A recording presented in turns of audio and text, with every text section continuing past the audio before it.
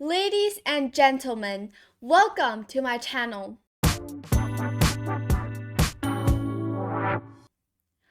The 2024 FIDE Blitz Championship has just ended.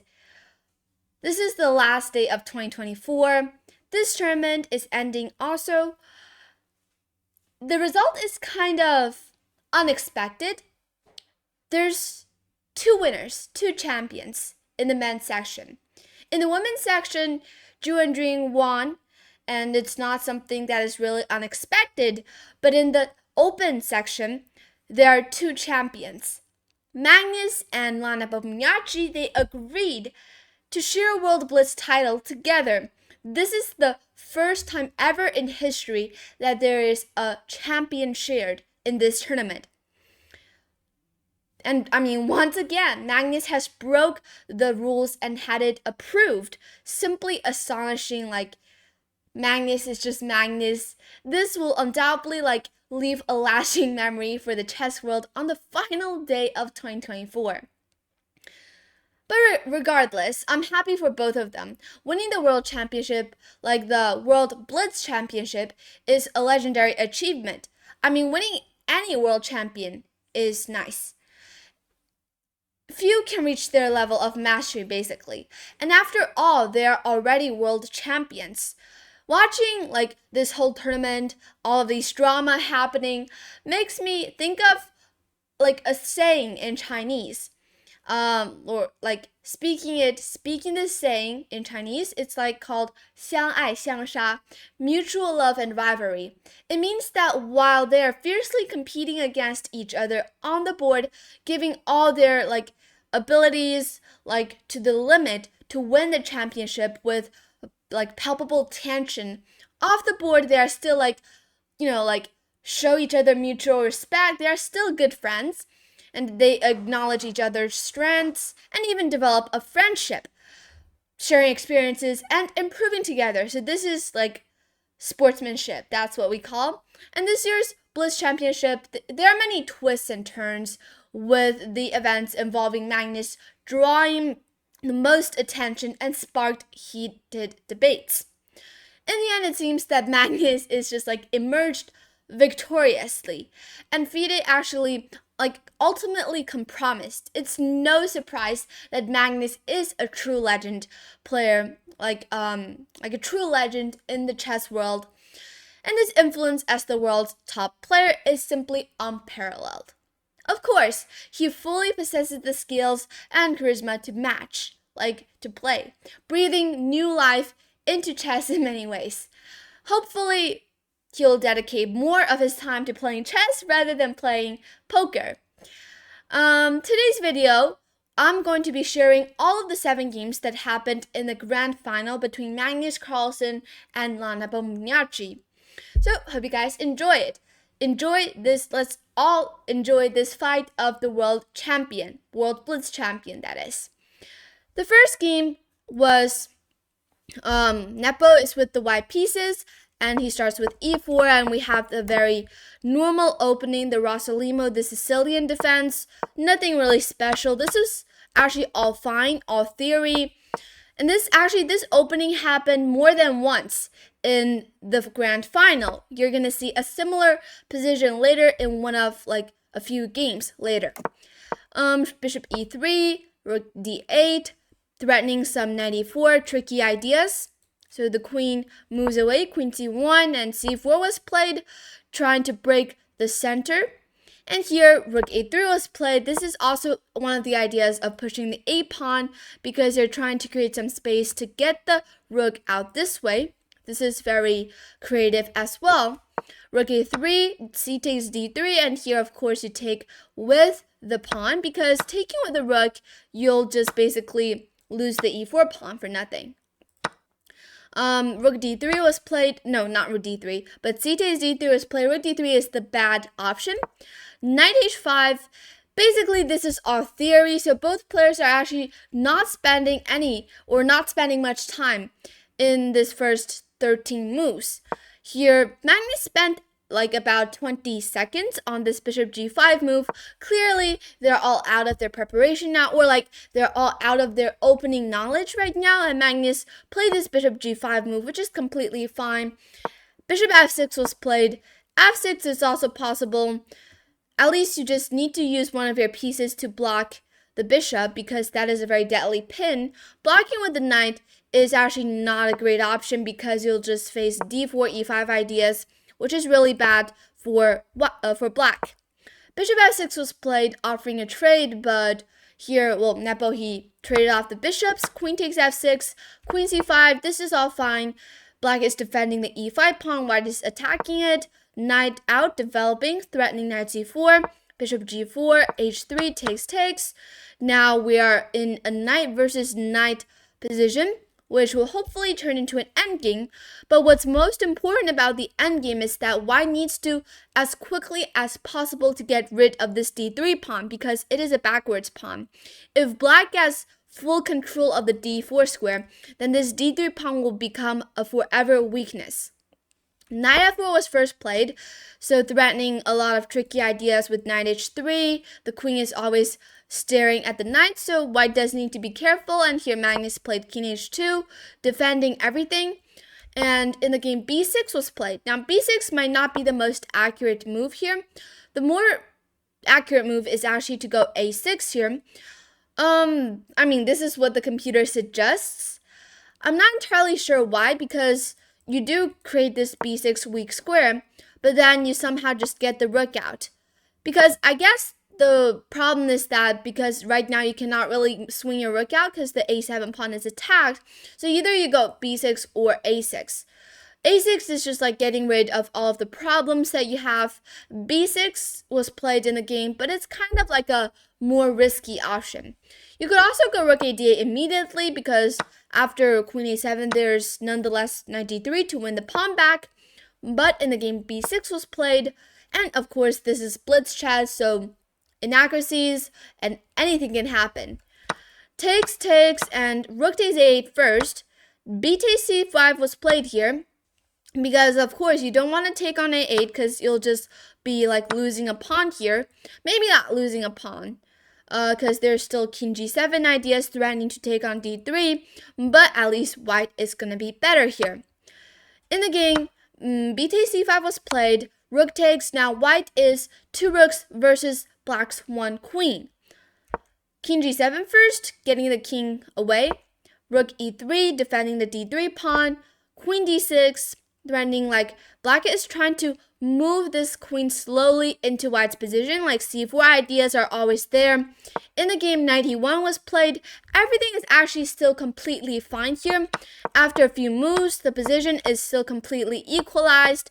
Magnus is starting to attack the knights, trying to tickle the knights and the rooks, then gobbling up a pawn, but there's of course rook d7, knight e5 coming up, queen c1, rook e1 block, queen c3, rook e3, queen b2, and here, Nepo just made a blunder. I mean, anything can happen in Blitz, but this next move is just not something expected. It's a move that is just way too bad, like a blunder. A really, like, bad blunder. At this point of the game, Nepo still has 41 seconds left on the clock. Magnus has 47 seconds, so the time is even, basically.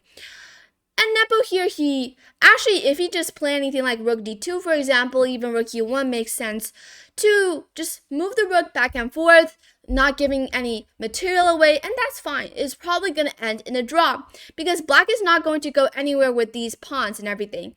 White's 2 rooks are going to just stay there, and at some point trying to tickle the pawns as well. But in the game, Nepo here played knight g5, which is just a blunder, giving black winning opportunities. And in the game, Magnus immediately played queen c1 check, king h2 is forced. Like, you see, the main problem is that there's no longer rook e1 possibilities, because the knight is not, like, supporting the e1 square. King h2 has to be played, but now the only move to increase the advantage is to play queen f1, which was played by Magnus. And here, after rook f7, king g8, queen g2 is kind of unstoppable. If you go rook g3, there's now knight e2. attacking the rook as well as threatening queen g1 mate. So white is going to be losing material. But in the game, white needs to give up the rook for the knight. And then in the game, rook f4 was played. But now after e takes f4, black is up material. Maybe it's still not that clear how to win, but at least black is gonna slowly put white into a desperate situation. Rook f3 first play, trying to tickle the pawns, but now h6, attacking the knight. Knight e6 was played, but now g5. Black found this excellent way to defend the f4 pawn by pushing h6, g5. And now e5 was played. Nepo is trying to push this pawn as far as possible to create a lot of pressure on black. But here, Magnus is just completely winning. Queen c4. He is now starting to play like stockfish. And then he played all of these moves really fast, gobbling up the pawns, pushing the pawns. And now pushing the pawns again, attacking the pieces. And here, knight c5. The game went on like a very normal game. Both sides played normally. Nepo basically can't do anything. And Magnus is playing all of the best moves. And after a few checks, the king is getting closer and closer. Finally, there are no checks left. And here after g takes f3, queen f2 is played. And here, Nepo resigned because he knows that he is losing. And queen f3 is coming. The pawns are all gone. And of course, it is going to be winning because black is just going to be promoting. So this is the first game. And let's jump to the next one. Magnus is now in a 1-point lead. This is the second game Magnus is with the white pieces. Let's see how both players performed. Magnus played e4, and then here we have the Alpine Sicilian defense. d5 takes, and d4. This opening is considered as a very positional opening. Like there are many variations where it leads to draws. Here, knight f6, knight f3, this is all theory basically. The opening, nothing to comment about. And bishop f4 developing, attacking the bishop with knight d5, bishop g3 back, short castle, rook c1, bishop d7, and here offering a trade of knights. Here you have to understand the position in order to play this b takes c3 move, because taking with the rook is not good because you really want to defend this d4 pawn with a pawn. And here there's knight b4, knight is going to jump to d5, and d5 is going to be a great outpost for the knight. So you also want to gain control of the d5 square. That's why you take with the b pawn, because it also threatens to go c4 and push d5 at some point. Queen a5 was played, queen b3 attacking b7, b6 was played, rook fd1 out with the rook, queen a3 offering a queen trade. Well, actually here, the best move is to go rook ac8 to just develop the rook and everything is completely fine. But queen a3 is a little bit dubious because white here will just ignore it and just move back with the queen. And the queen is coming to e4, an even better spot than b3. And black is not going anywhere with the queen. Rook fd8 out first, h4. Magnus is basically launching an attack on the king side. Rook ac8, knight g5, attacking h7, threatening mate. So black needs to take on g5. h6, g5. Now white has the bishop pair. And well, we know that Magnus is really good at using the bishop pair. He is known for good at using the bishop pair. And let's see how he managed to use these two bishops at their limit. Knight e7, c4, this is all fine, like bishop e3, bishop c6, rook e3. And here the first mistake in this whole game. Nepo here played bishop e4, which is a mistake. It looks kind of reasonable, like attacking the queen, and that's that.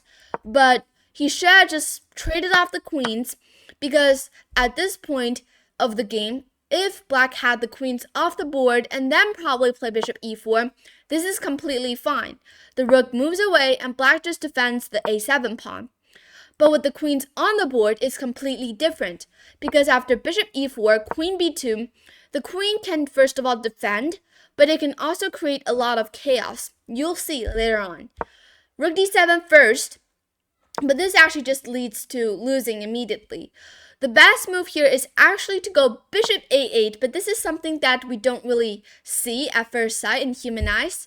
Rook a7, I mean, just allowing white to take on a7 is not something that we can see, and here the engine suggests that we go knight g6, but this is just pure nonsense. No one's gonna see this, especially in Blitz.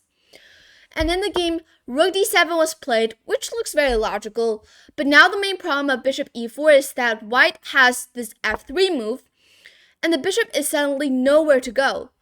Because if it goes back anywhere, let's say it goes to a8, there's now bishop d3, and suddenly this queen is trapped on f5. Amazingly, it is trapped. And I think after this f3 move, Nepo realized that his queen is going to get trapped if the bishop moves away. So he is forced to take on f3, but this is just losing because he is down a full minor piece. And then after a few moves, this is now pure technique. Magnus is winning, and here after bishop e6, Nepo resigned. Now Magnus is in a 2-win streak. I mean, he is in a 2-point lead, and if no accidents or if nothing strange happens, Magnus is definitely going to become the champion. But so is Nepo going to have a great comeback or something? Let's see. This is the third game. Nepo is again with the white pieces. Magnus is with black. Nepo plays c4, e5, knight c3, knight 6. This is the English opening. e3, d5, takes, bishop b5, knight takes, b takes, bishop d6, d4, queen f6, short castle, rook e1, h6. This is all theory, basically. Both sides are blitzing out their moves in the opening. a4, a6. Now you just get the bishop back because you don't really want to give up your bishop pair that early. b takes e6. I mean, black's pawn structure is not ideal, but it's not that bad because a5, bishop a6 is coming. Black has the bishop pair for compensation, and it's enough actually. In the game, bishop d3 was played instead, which is better than bishop takes c6. And after rook e8, knight d2, threatening knight e4, bishop f5, bishop takes, queen takes. Some of you guys might be curious, why not go e4? Well, actually, it turns out that e4 is just as good as bishop f5. Now, there's actually this really tricky move, which is to go e takes d4, because if you now take on a bishop, take the bishop, there's d takes c3, and if you move the knight, for example here, black just takes on e4, and there's c2 coming. Takes, suddenly material is again equalized, probably you'll go for something like this. I mean, both sides, the material is basically even, same color bishop endgame, no one's gonna know what's gonna happen here. But this is nothing related to what happened in the game. In the game, Nepo played bishop f5, and after takes, this is all normal. Nepo managed to get the knight to d5, which is a really good outpost for the knight. Not easy for black to get rid of this d5 knight, actually. Queen e6, rook e3. This is a very creative idea. It's not a good move, not the best move, but it's really creative. Defending the c3 pawn, also aiming to swing the rook to the king side to put some pressure on the pawns. Because you see, white also has this c1 bishop, which is looking directly at the king side, especially the h6 pawn. In the game, rook ad was played, rook g3, bishop f8, and here Nepo played this rook b1 move, which is considered as a mistake, but it's just like a positional mistake, and it happens all the time in Blitz, so no comments on this. f5. Actually, at this point, black is already slightly better, but Nepo is not losing yet. He played queen f1, running away from this pin, but now f takes e4 was played, but actually this is a really bad move, giving white the chance. Here, the best move is to go f4. Sometimes you should know that a pawn is the quality of the pawn. Quality is 99% more important than quantity. And here this e4 pawn doesn't really have enough quality, I think. It's not it's not necessary to take on e4. f4 is much more devastating for white to react to. That's it.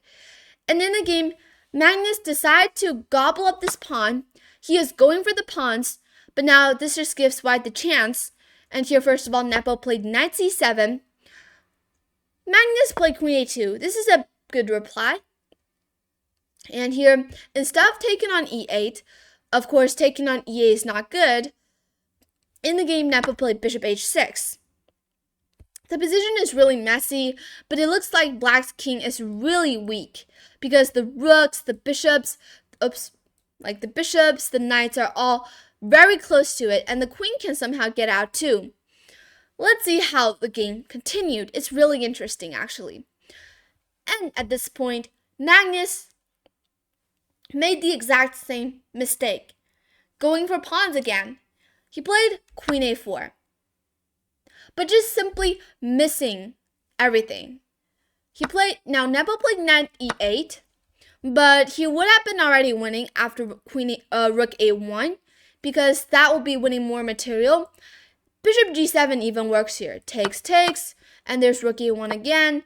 Basically, there's no way for Black to defend this a5 knight, and it's over, because white is going to be up material. But instead, Nepo here played knight e8, which is not the best move, but still white is much, much better, close to winning. h3 was first played very, calm, opening up a small window for the king to run. b5, rook a1, rook takes a6, and now the position is evolving really fast. Here, king h2, king h7. Nepo here, he did not win in the easiest way. Here, he made a small mistake, which is to go queen e1. He would have been winning. Actually, after rook g4, there's rook h4 coming. Also, there's this queen b5 move, going queen e8. Because you see that this queen is not doing anything on e2, and it's better for it to go to this side and go to this side. So the queen is very deadly on e8. But here Nepo only has 14 seconds left on the clock. Magnus also has 20 seconds left. It's really fast, so you can't really think about anything. You just have to go for your first thoughts. And here Nepo played queen e1. Bishop e7 was played. But of course, Magnus, who is down material, has a really hard time defending. And rook a7 was played. Bishop f6 defending g7. But then Nepo started to go for the pawns, go for the juicers. Here, immediately, Nepo found a way to get into the position slowly and surely by gobbling up the pawns. And here, after rook c4, taking the g6 pawn, here, and rook d7, we see that now the only move to not get mated too fast is to go king e8, but there's now just rook h7, and there's no way to prevent mate or the win of even more material. So this is the third game. Nepo had a great comeback. He is now just Magnus is just in a 1-point lead. Nepo still has some chances if he keeps on winning, and let's see if he did. The fourth game, Nepo with the black pieces, and we have the French defense. Now, the French actually happened a lot in the World Chess Championship between Gukesh and Ding, where Ding is playing the French defense. The French is actually an opening that is widely played by top players. Also, even many of my classmates play the French as well. So it's a good opening. c5, c3, and this is all fine. But on move 10 already, these two guys are starting to make mistakes. Isn't this just funny? Nepo here, he played knight a5, simply just, he is just simply allowing d takes c5, bishop takes c5, and the move here is to go knight h5. You cannot go short castle because there's this really insane move, bishop h6. You cannot take because there's knight f6, king g7, queen c1, and it's chaos basically. Black really needs to defend like stockfish in order to save the position. This is like a small opening trap. But in the game, instead of playing d takes c5 here, Magnus played rook b1, missing the opportunity, and it's a normal game once again. Bishop d7, we have this, this rook e1, knight bc4. And here, but Magnus, he played this move at the wrong time. He played knight h5, but he shouldn't play this move yet. It's a move that is going to be played after black's bishop is moved. Right now, knight h5 doesn't really do anything. Bishop b5. Well, missing the opportunity, which is to take on d4. And after, for example, if you take with a pawn, there's queen b6. Like all kinds of ideas, threats are coming. And if you take with a knight, there's actually long castle, and black is gonna get the king to safety. So here, however, Nepo didn't find the best reply, and he played bishop b5, which is not that bad, but Magnus is already better here. After d takes c5, queen takes c5, knight d4, bishop d7, queen g4, long castle getting the king to safety. Here, Magnus missed the opportunity. Actually, he's just winning a pawn here. If he plays knight g7, rook g8 doesn't do anything because there's bishop takes h6. Oh, not that bishop, sorry. But this bishop taking on h6. And if you played this, the rooks aren't really going anywhere. And you can just gobble this f7 pawn. There are no counterplay on the king side for black. The king is completely safe. White's king is completely safe. So no worries. But instead, in the game of playing knight g7 instead, Magnus played queen f4, going for the f7 pawn. But now queen e7 just safely defends it. b3 was played. Now, I can understand that Magnus is trying to open up the queen side because black's king is on the queen side. But this is just too risky. A takes b3 was played, knight takes b3, and rook takes b3. But here there's just bishop c6. And the bishop defends the b7 pawn. Everything is really safe. Here, black is actually doing really well. This knight is kind of misplaced on h5. And also, white is having some trouble with development. The pawns are, there are a lot of weaknesses in, white's territory. Magnus here played bishop e3 first. Getting the bishop out. And after g5 here, which is very aggressive, but this is black's idea. To open up the queen side. And after queen d4, which was played, this is all fine. Bishop f6, e takes f6. Here, Nepo started to play, he played 5 great moves. 4 moves, well actually 3 moves that are given, and 1 exclamation mark, and a move, the last move of the game, which is given 2 exclamation marks, a brilliant move. He played queen c7 first, and here Magnus started to make mistakes. First he played queen a7. Black is definitely going to be much faster on the attack on the king side. White doesn't really have anything here. Maybe Magnus thought that he was going to have a lot of counterplay on the queen side, but it turns out he is not. He played queen a7, simply missing rook hg8. h3 is coming. Also, d4 is coming as well. Now, this next move is just complete disaster.